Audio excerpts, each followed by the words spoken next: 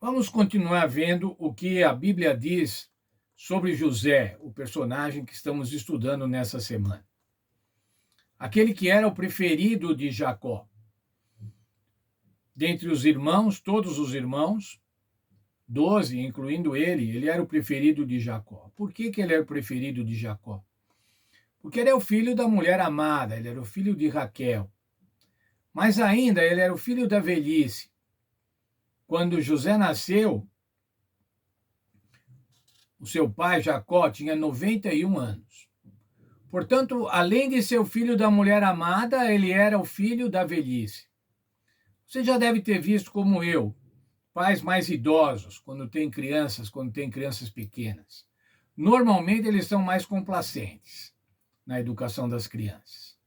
Eles são mais tolerantes, são menos rígidos, agem mais como avós do que como pais. E esse deve ter sido o tipo de vida que José levava. Ele era tratado como o queridinho do papai.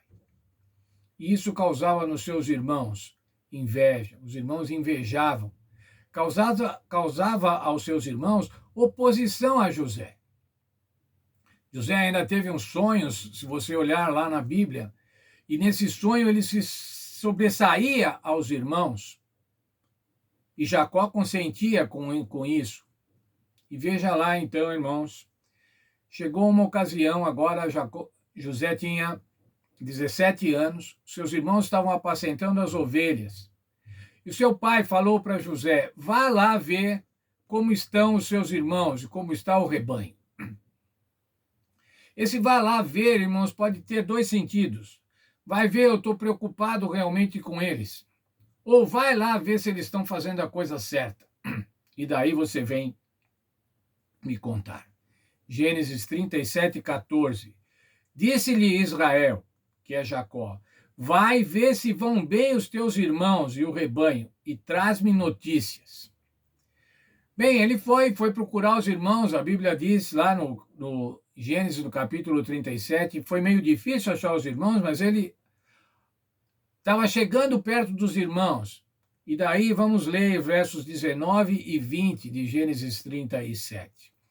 Disseram uns aos outros, os irmãos viram José chegando. Disseram uns aos outros: lá vem o sonhador. Vinde agora, matemo-lo e lancemo-lo numa dessas cisternas. Lá vem o nosso irmão queridinho, o queridinho do papai. Por que a gente não dá um jeito nele? Vamos matá-lo, vamos matar e jogar aqui num desses buracos, num dessas cisternas. Rubem, o irmão mais velho, intercedeu, falou: não vamos tirá-lo à vida. Mas mesmo assim, irmãos, eles jogaram o menino na cisterna.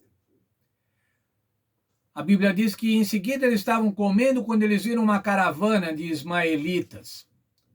E pensaram: então vamos fazer o seguinte, em vez de matar o nosso irmão, em vez de deixá-lo morrer aqui, vamos vendê-lo. Vamos vendê-lo aos ismaelitas como escravo. E aí a coisa é com ele, o problema é dele, não é mais problema nosso. Venderam por 20 ciclos de prata.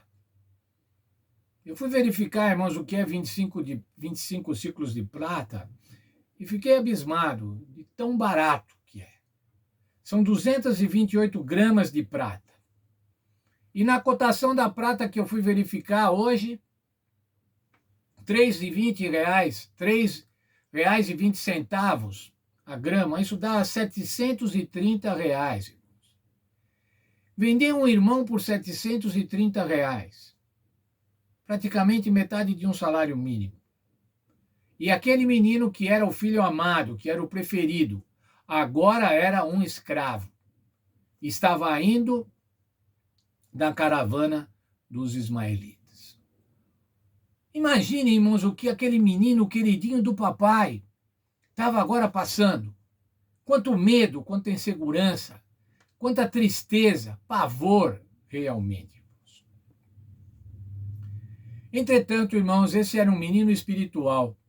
E provavelmente ele se lembrou das histórias de seu pai, contando do sonho que ele teve, da visão da escada de Jacó. E lá no Gênesis 28, irmãos, no capítulo 28, no verso 15, a gente vê a declaração que Deus fez para Jacó naquela época em que ele também estava fugindo, sem saber o que ia acontecer, estava fugindo de seu irmão, pois tinha usurpado a hereditariedade, a herança dele, a bênção da primogenitura. E lá o Senhor disse para Jacó: estou contigo e te guardarei onde quer que fores. Isso está em Gênesis 28, 15. Nessa ocasião, Jacó estava perdido, assim como José estava perdido. Não tinha mais família, não tinha mais apoio, não tinha mais um pai para proteger. Mas ainda, irmãos, era somente ele e Deus. O negócio agora era entre José e Deus. Era um compromisso pessoal. Como que ele vai se relacionar com Deus? Ele não tinha mais família. Uma coisa, irmãos, você pode saber, pode ter certeza disso. Quem sabe em alguma circunstância você não vai ter ninguém, ou quem sabe em alguma circunstância você não teve ninguém para lhe apoiar. Nem pai, nem mãe, nem irmão, nem igreja, nem ninguém.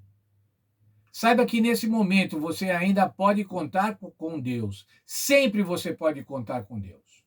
A nossa relação, irmãos, é sempre com Deus. É com Deus que nós nos relacionamos. Esse é um compromisso pessoal. Eu não me relaciono com Deus, irmãos, porque meu pai se relacionou, ou porque a igreja se relaciona, ou porque a minha classe da escola sabatina se relaciona. Mas eu me relaciono pessoalmente com Deus, individualmente. E a nossa lição apresenta alguns textos falando sobre esse compromisso pessoal. Deuteronômio 4:19. Buscai a Deus de todo o teu coração. De todo o teu coração. Ainda o texto de Josué, capítulo 24, 15, declaração de Josué. Eu e a minha casa serviremos ao Senhor. Eu. Segundo Crônicas 16, 11. Buscar ao Senhor e a sua presença perpetuamente. Esse é um salmo de Davi, irmãos. Está lá no livro de Crônicas, mas é um salmo de Davi. E ele diz assim: devo buscar ao Senhor e a sua presença perpetuamente. O que é perpetuamente, irmãos? É ao longo da vida, é enquanto durar a vida, nós devemos buscar a presença do Senhor. Buscar a Deus é uma experiência totalmente individual, é uma escolha pessoal. Não é porque os meus pais eram bons cristãos, meus pais eram bons adventistas do sétimo dia, fiéis, que eu agora não preciso buscar a Deus. Eu tenho a Deus como herança, por hereditariedade. Não, irmãos, não existe hereditariedade.